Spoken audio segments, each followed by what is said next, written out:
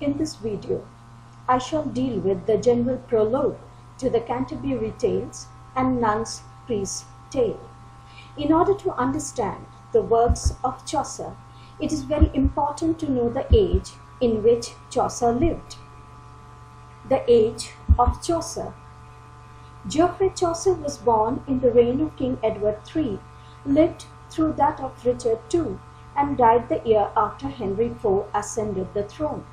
His life thus covers a period of glaring social contrast and rapid political change. Mention must be made of the three historical events which accelerated the change during Chaucer's time: the 100 Years' War, the Black Death, and the Peasants' Revolt, reference to which can be found in Chaucer's works. Victory in war brought immense prosperity to various classes in England. The king and the nobility led a very gay life. Trade expanded, and the European society saw the emergence of money economy characterized by the rise of the middle classes. But this prosperity suffered a serious check from the Black Death, an awful epidemic caused by black rats. It swept away more than a third of the entire population in a single year. Famine followed plague, vagrants and thieves multiplied, and tyrannous laws passed to regulate labor and tax the poor only made bad matters worse. This was the immediate cause of the Peasants' Revolt under Wat Tyler and Jack Straw. The intellectual milieu of Chaucer's time was dominated by religious ideas common to medieval culture, but their sway was to some extent broken by the influx of fresh and very different spirit. In Chaucer's time, astrology and medicine were closely related. The fertility and variety of literature around Chaucer's time can be seen in the works of his contemporaries like John Gower, William Langland, John Wycliffe, John Mandeville, John Barber, and others. A brief biography of Geoffrey Chaucer. Geoffrey Chaucer, who was born in the early 1340s, marks the brilliant culmination of Middle English literature. He may rightly claim the proud designation of the first English poet and the morning star of the Renaissance. Chaucer was also called the father of English literature, as he played a crucial role in legitimizing the Middle English dialect, that is, the East Midland dialect, at a time when French and Latin acted as the dominant literary languages. Although not much is known about Chaucer's life, official records give us a good idea of his public career. Little is known about his early education also, yet his works show that he could read French, Latin, and Italian. He maintained a career in the civil services as a bureaucrat, courtier, diplomat, and member of parliament. He had a wife named Philippa, but it is believed she died in the year 1387. Historians have divided the life of Chaucer into three periods, and his works roughly correspond to the three periods of life. In the first period, he was influenced almost exclusively by French literary models, and his best-known works during this period are Romaunt of the Rose, a translation from the French poem Roman de la Rose, and the Book of the Duchess. The chief works of the second or the Italian period is Troilus and Cresside, House of Fame, Legend of Good Women, and Parliament of Fowls. The influence of the ideas of Dante, Petrarch, Boccaccio, Ovid, and Virgil is evident in these works. Chaucer's masterpiece, the Canterbury Tales, one of the most famous works in all literature, fills the third or English period of his life. Geoffrey Chaucer later died back in London on October 25, 1400, leaving this work incomplete. He was the first poet to be buried in a part of the church in Westminster Abbey, which later came to be known as Poets' Corner. Canterbury Tales. The Canterbury Tales is Chaucer's most celebrated but unfinished work. It extends up to 17,000 lines in prose and verse, consisting of various meters, with the rhyming couplet being the predominant form. The framework of the whole poem consists of the general prologue, the talk on the road, and the tales. The general prologue begins with a memorable description of spring. It describes the meeting of 29 pilgrims in the Tabard Inn on Southwark, where Chaucer joins them to visit the famous shrine of Thomas a Becket in Canterbury. Detailed pen pictures are given of 21 of them. They are vividly described, corresponding to the traditional lists of the order of society, from the Oxford scholar to the drunken miller. At supper, the jovial host of the Tabard Inn suggests that to enliven the journey, each of the pilgrims shall tell 4 tales, 2 on the way to Canterbury and 2 on the way back, on whatever subject shall suit them best.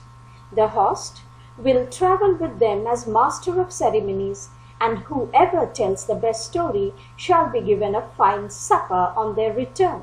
Thus, there were 31 pilgrims for Canterbury. From the number of persons in the company, 31 in all, it is evident that Chaucer meditated an immense work. But only 24 stories were written, of which some are incomplete. All this is explained in the prologue, after which Chaucer proceeds to introduce his fellow pilgrims.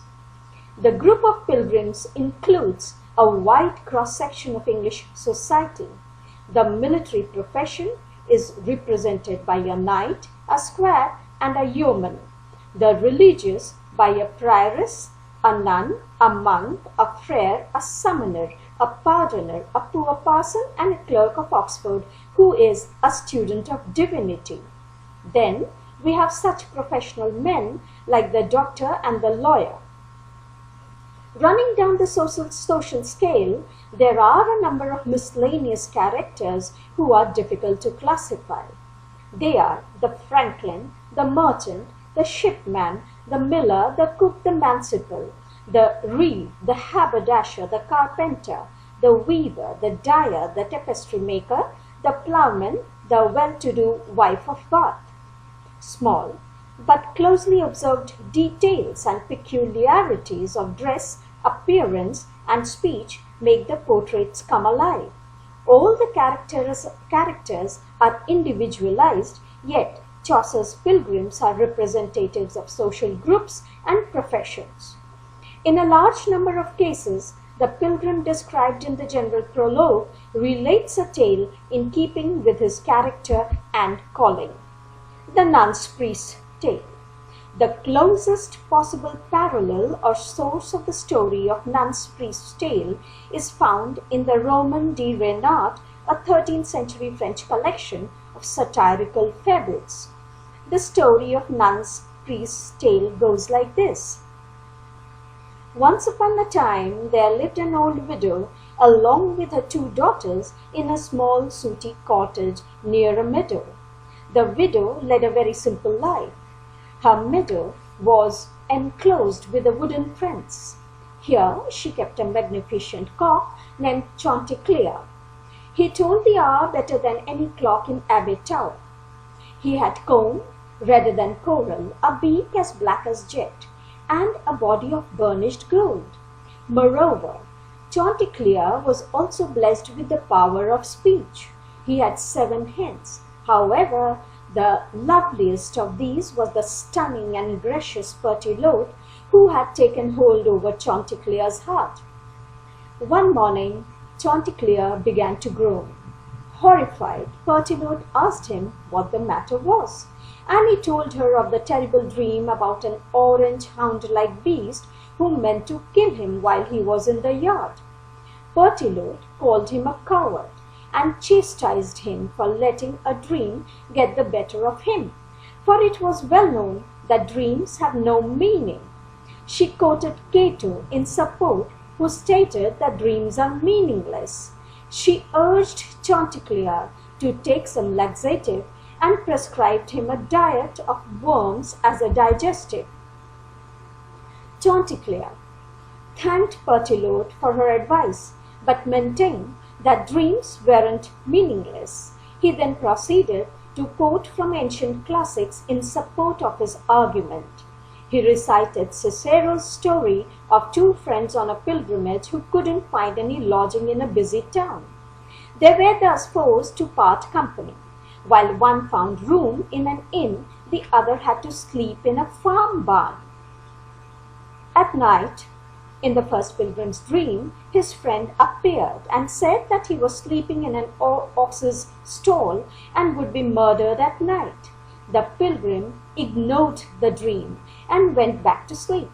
However, he had the same dream twice, and at the third time, his friend appeared and said that he had been murdered for his gold and his body had been tossed in a dung-laden cart at the town's western gate. The next day, the pilgrim awoke early and went to the barn in search of his friend. The innkeeper informed the pilgrim that his friend had already left early at dawn. However, when the pilgrim saw an ox stall, he became suspicious and went to the west gate and found his friend's body in a dung cart.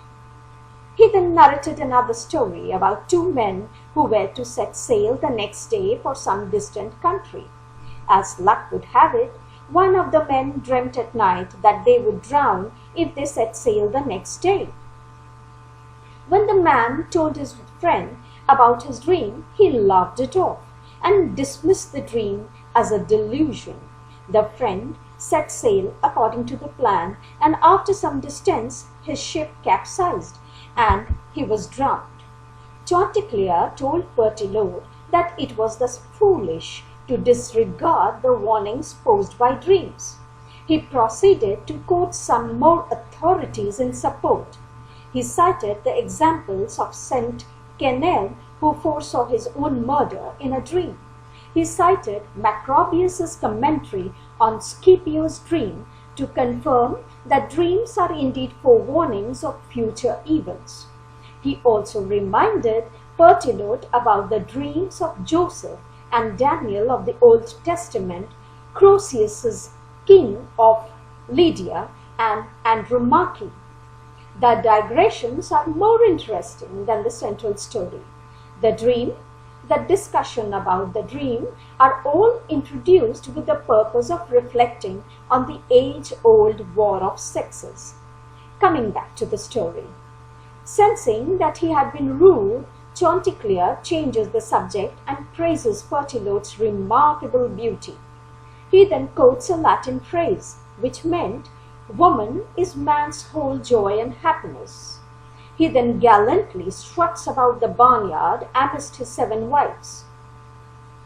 In the meanwhile, a sly black fox named Don Russell had crept into the yard and was hiding among the cabbage leaves, waiting for the opportune moment to attack Chanticleer. In mock heroic tone, the nun's priest compares Don Russell the fox to such traitors as Iscariot, Ganelon, and Sinon. The nun's priest bewails that Chanticleer ignored the warnings in his dream. The nun's priest resumed his story of the cock and described how the fox caught Chanticleer. Chanticleer was delightedly watching a butterfly when he suddenly noticed the fox who was hiding there. His natural instinct bade him to flee and raise an alarm, but the fox stopped him by praising his excellent voice. The fox asserted that he was Chanticleer's friend and had only come to hear him sing. He cunningly told Chanticleer that he wanted to see if Chanticleer could surpass the melodious voice of his father's voice. Chanticleer was overcome with the fox's flattery, and closing his eyes burst into a song. At that very moment, the fox leapt up and grabbed Chanticleer by the neck and ran into the woods. Chanticleer's wives unleashed a torrent of outcry and lamentation at this tragedy. Berthelot shrieked the loudest of all. The screeching of the hens awoke the widow and her daughters, who saw the fox carrying away Chanticleer. Immediately their cries for help gathered a number of men and women who chased the fox. Even the farm animals joined in the chase. This created a hideous racket, and it seemed as if the very skies were falling down. However, there was a reversal of fortune. Chanticleer urged the fox to tell the crowd that it was useless chasing him. The foolish fox was enchanted by this suggestion, and when he opened his mouth, Chanticleer broke free and flew to a high perch on a tree. The fox realized that God sends his ill luck to those who talk when they should keep quiet, while Chanticleer realizes that fortune doesn't favor those who shut their eyes when they are required to look. Thus, the nun's priest ends his tale with a moral. The nun's priest tale as a mock heroic epic. The nun's priest tale is primarily a fable, and like most fables, it is inherently mock heroic as it assumes an identity between animals and humans. Let us first know what mock heroic epic is. Mock heroic epic takes a trivial event and transforms it into something of great universal importance. It is absolutely humorous because of the comic exaggeration and ridiculous disparity between the manner of writing and the subject matter. Now, what is an epic? An epic is usually a long narrative poem on a serious subject. It is narrated in a formal and elevated style. It is centered on an almost superhuman figure on whose actions depends the fate of an entire nation. The setting of an epic is grand in scale, and its action involves superhuman deeds, as in Battle of the Trojan War. Now let us see in what ways the nun's priest tale is mock heroic epic. The nun's priest tale is a long narrative poem that employs all the conventional features of the heroic poem. It has as its central character a cock named Chanticleer, the mockery of a hero. He is portrayed in lines 84 to 98 as a great epic hero with comic details. He is given 200 lines in which he tells 2 dream stories and refers to many famous dreams in scriptures and the classics. The action revolves around Chanticleer's plight. When he is taken away by the fox, the chase that follows includes every animal on the farm, the poor widow and her daughters, as well as all the neighbors. This is similar to the heightened action and language used in great epic pieces. The cry that the woeful hens made is mock heroically described as greater than the cries described in heroic epics like Homer's Iliad and Virgil's Aeneid. The chase itself could be compared to Achilles' chase of Hector in Iliad. The speech of the fox addressed to the cock is highly rhetorical and full of dramatic irony. At the end of the tale, both have learned survival strategies. Coming to the moral of the tale, there are morals to be drawn by the cock, the fox, and the priest. The morals are thus: one should keep one's eyes open. One should not succumb to flattery. One should not speak when one ought to keep quiet. For silence, after all, is golden. Taketh the fruit and let the shaft be still. With this, we end the discussion on the nun's priest tale. Thank you. If you have any questions, you can post it in the comment box given below. Have a nice day.